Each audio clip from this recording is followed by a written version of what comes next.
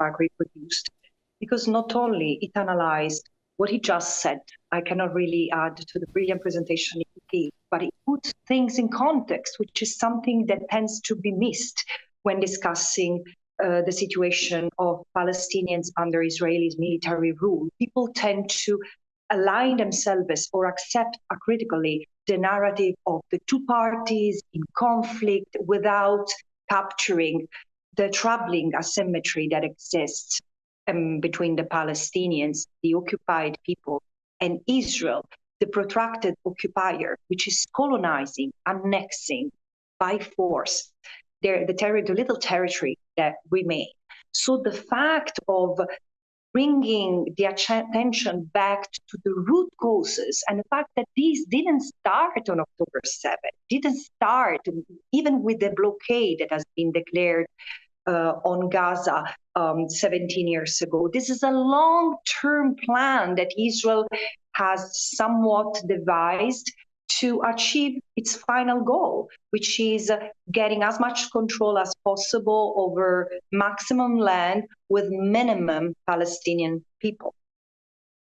Albanese, you've said the attack that Israel has unleashed is not just against Palestinians in Gaza, it's against Palestinians as a whole. Explain.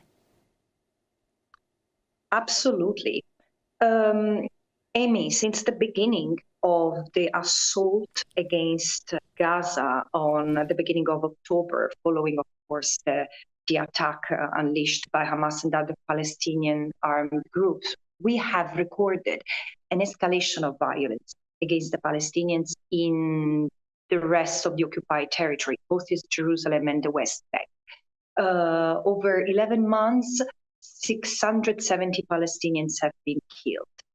Curfew, incursions, and raids have escalated at unprecedented rates, particularly against the northern Gaza, that over the past 2 weeks has experienced less lethal but similar attacks on civilian infrastructure, roads, water reservoir, electricity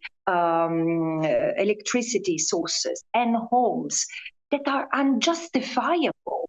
And the other thing is the detention.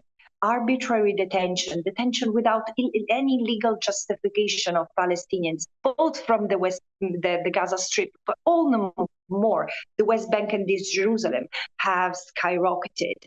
And all Palestinians, no matter their place of residence, have been exposed to humiliation and sadism, and what B'Tselem has qualified as a network of torture across Israeli detention centers. How can we explain that? This is why I say, while the international community has failed to prevent genocide in Gaza, we have to be very careful, because I do see patterns of violence clearly expanding to the West Bank and East Jerusalem, and ultimately the goal is the same.